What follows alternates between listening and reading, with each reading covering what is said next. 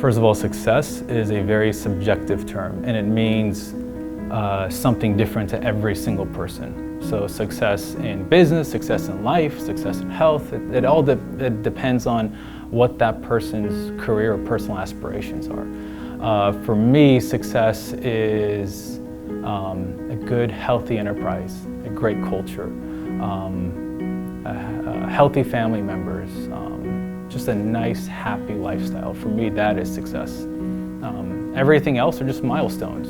What the revenue is of the company, what the future growth path of the company is, those are all just milestones. But success for me is a good, happy, healthy network of friends and family members.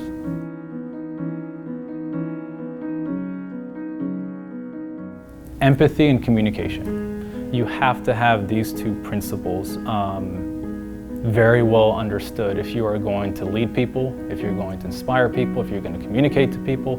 You have to be able to understand their personal struggles through empathy. That way you can communicate to them more effectively. And then communication obviously follows very close to that. Being able to verbalize your vision and your idea and bring that to life. You have to have that communication ability to do it. So empathy and communication, without question, are, in my opinion, the two most important.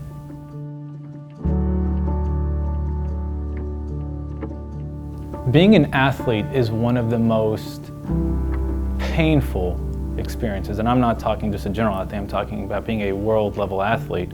Not that I was really a world-level athlete, but trying to be one.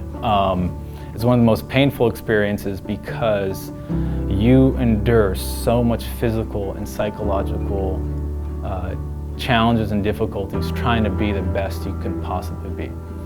So I think training and enduring that for many years, 5 to 6 to 7 years, trained me to actually taking that philosophy into business and just being the very best I can possibly be at everything I'm doing. Whether it's trying to be an engineer and develop the greatest product, whether it's trying to work with the marketing team and come up with the greatest marketing idea. Whatever it is, it's just trying to be the very best I can be and having the endurance to do it. That's what being an athlete's all about. And when you apply that to business, the sky's the limits. The truth of the matter is there is no greatest hurdle in business. There are hurdles in business, and each one just as great as the one before it, and each one just as great as the one after it. There are obstacles that business owners will face that can cripple their enterprise or their idea. They're all equally just as impactful. Some that you may think are small, some that are huge. But for me, I would say learning how to do it all.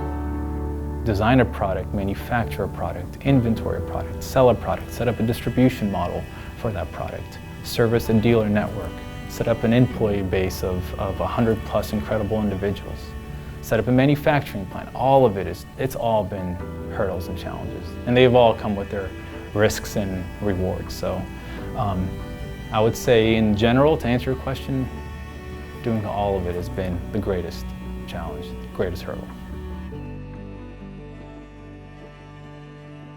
Folks would know him, Steve Jobs. That guy changed the game. He changed the world with his idea. A single idea of creating that type of smartphone and pushing it out to market that eventually changed the entire industry. So a single guy with a single idea that can change an entire industry is incredible.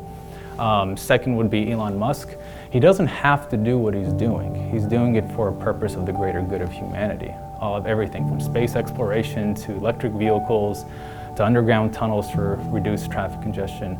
I mean, these guys are doing incredible things. Steve Jobs did incredible things.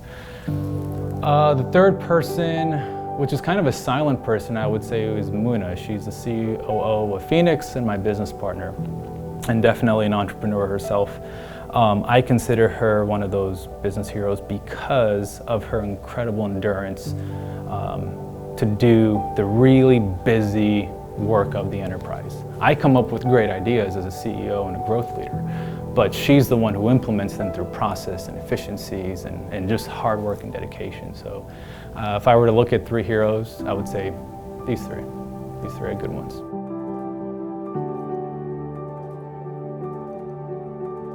I have probably $200 million worth of products sold in my 14 years in business.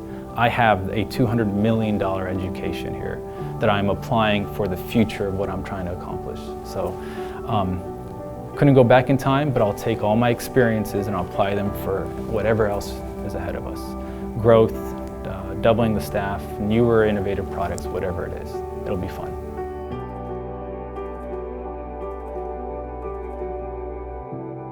Being an entrepreneur is the most incredible level of sacrifice a human can really endure. So many people think going into business and being your own business owner is freedom and the ability to set your own schedule and doing all that, and it is absolutely a paradigm shift of that. It is a level of internal isolation from so many others, from family, from friends, so much sacrifice that you have to endure if you really want to see your idea come to life. Because you are the sole creator of it, right? You are the visionary behind it, and you have to convince others to follow you, so you have to do a lot of the work to prove yourself. And so naturally that tears apart family time, friendship time, hobbies, and a lot of other things. To see your idea come to life requires sacrifice, and I've had a lot of sacrifices in my personal life because of that. It could be time with family or even my own just personal struggles. So it's a sacrifice. Time. It takes time and a lot of emotion and hard work, and that pulls away from the people you love in life at times, and it's very difficult.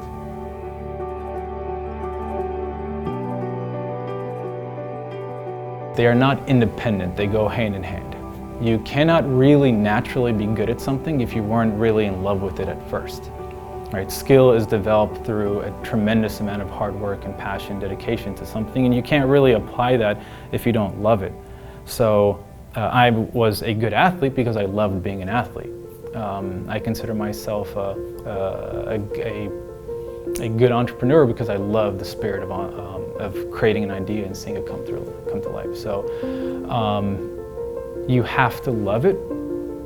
Then you dedicate the time and the effort to developing the skill and the experience for it, and then you push that forward and you see your ideas and your ambitions come to life soon after. So you need both. They're not independent of each other.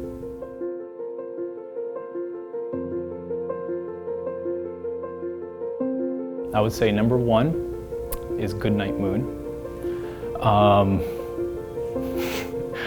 Goodnight Moon, I have read that book 1,000 times. It's a book I read to my little 2-year-old before he goes to sleep and during the day. I think I have it memorized. Definitely a very, very good book because, and it means a lot to me because it was the time that I was able to dedicate to my little one. So I recommend that book to every father out there and every parent who has a little one. The other two books, I would say surprisingly would be the Bible and the Quran. I would say those two religious books who motivate, inspire billions and billions of people to do good and to love and to nourish and to respect one another. I think there's a lot that we can learn from those two books. So those would be my 3 books that I would recommend to folks.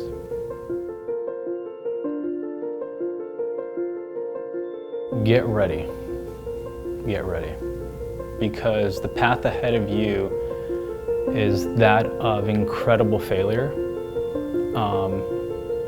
and incredible fulfillment at the same time, because you will fail, and from your failure you will learn, and from what you've learned and what you've created you will find incredible fulfillment, and that cycle is going to repeat and repeat and repeat. So my advice for that individual would be get ready. It's a long journey ahead of you, but so long as you have the endurance and the willpower and the right people around you, you are going to accomplish great things and you're going to find great fulfillment. It's going to be awesome.